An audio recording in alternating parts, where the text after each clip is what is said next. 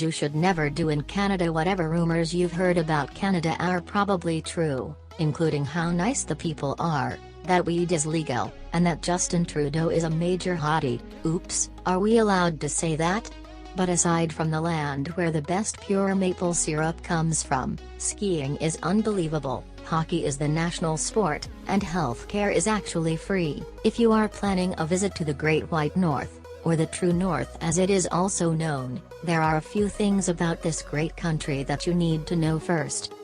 Never compare Canada to North America. There is nothing more irritating to a Canadian than comparing their beloved country to North America. And why is that? Because no matter how much you try to prove that Canada and America are the same, they will tell you that you are so far from the truth. Although the two countries are joined by land, and both have the same look about them, that's where many of the similarities end. Canada has its own set of strict rules, customs, habits, manners and political beliefs that can never be considered American at all, and they're quite proud of that particular fact. Never make fun of hockey. Hockey in Canada is like football in America. It's the biggest and most patronized sport in the country. In fact, they love their sport so much that if someone utters any insults about the players, teams, the Stanley Cup or other national leagues, or really anything that has to do with hockey, they won't take it lightly and the gloves will literally come off. Canadians are considered incredibly nice and kind, but they won't think twice about sucker punching some punk that thinks he can insult the great game of hockey, the Canadian Hockey League, CHL, or even the great one himself, Wayne Gretzky. So be careful what you say, and where you say it. Never wear pants on the subway. Before you think that Canadians are exhibitionists, there's actually only one day a year that you aren't supposed to wear pants on the subway. Back in 2002, a comedian in New York decided to start this trend on the subway, and tons of other cities followed suit, including Toronto, Canada. If you happen to be in this city during that time of year, which is usually in January, then you too can head over to the subway half naked. Not only will no one stare at you funny, but you might actually get weird looks if you choose to wear clothes that day rather than go without pants on. Never get confused with all the French. If you happen to be walking around Canada and you hear a number of people speaking French, don't get confused. This is because a portion of the country was inhabited by the French in the early 1500s when they attempted to claim the land near Newfoundland. As time passed, that area became what is now known as Quebec and Montreal, which was eventually fought over by the British before finally becoming independent in 1867. Of course, there was still a ton of tension and other political issues after, but despite that, French was established as an official language. Incredibly, there are at least 7.2 million Canadians that speak French, which makes up at least 20% of the total population of the country. And while you should expect to hear it more on the east side, don't be surprised if you hear people speaking French everywhere. Never go to a Starbucks. When in Canada, don't bother going to Starbucks. We know, blasphemy. But when in Canada, do as the Canadians do, right? Well, their version of Starbucks is none other than Tim Hortons, which really started off as a fast food restaurant chain back in the 70s. It was started by a hockey player named Miles Gilbert Tim Horton, who was even named one of the greatest NHL players of all time. Even if you don't like their coffee too much and truly crave Starbucks, don't say that out loud. Your Canadian friends will definitely not appreciate it. Just suck it up and have that cup of joe whether you like it or not. Hopefully you can just treat yourself to another cup elsewhere later on in the day. Never forget to return an apology. Canadians say "I'm sorry" a lot. In fact, they say it for everything. Rather than say "excuse me," "pardon" or simply "sorry," you will hear them using this term over and over again, and it isn't just to apologize either. And while this might be one reason why Canadians are said to be uber polite, make sure that you never forget to return their "I'm sorry" with an "I'm sorry" of your own.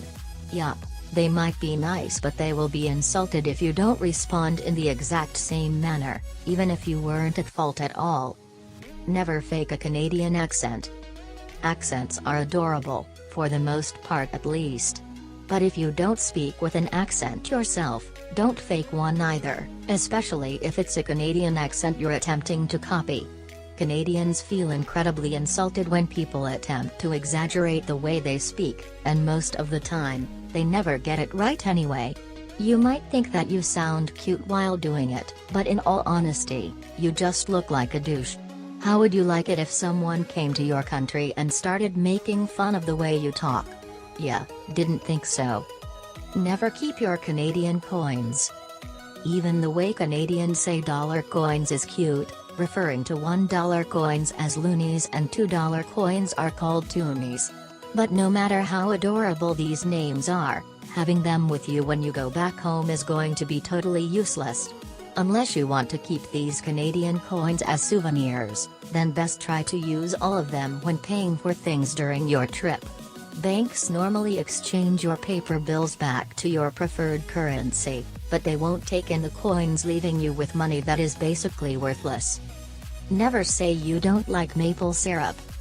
Considering that Canada is a country that has a maple leaf on its flag, then you know they mean serious business when it comes to the maple tree and its produce. Quebec happens to be the biggest producer of maple syrup all over the world, and of course it's best known as a condiment for pancakes, waffles, and French toast among other meals. It can also be found in powder, taffy and even candy form.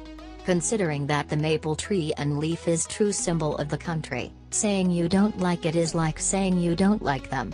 So even if you're not a maple syrup enthusiast, rather than insult the lovely people of Canada, don't say anything at all. Never practice witchcraft. This may sound crazy, but practicing witchcraft in Canada is actually prohibited by law. In fact, it can even be found in Section 365 of Canada's Criminal Code, where pretending to be a witch, be in a coven, cast spells, do enchantments, and hang out in the woods with your other witchy friends is criminally punishable, enough to keep you in jail for at least 6 months. Like seriously, what kind of sorcery is that? So before you decide to meet up with others just like you, make sure you cast a spell where no one can see you. And hope that it actually works. Never play music outside. While Canadians are otherwise very relaxed and steady in nature, in order to keep the peace, they expect that their rules are followed. Another notable tip to follow is to never play music outside, at least not loud enough to disturb your neighbors. Once again, this is another law in Canada that can be punishable, enough to get fined quite a huge amount, enough to hurt your wallet for sure.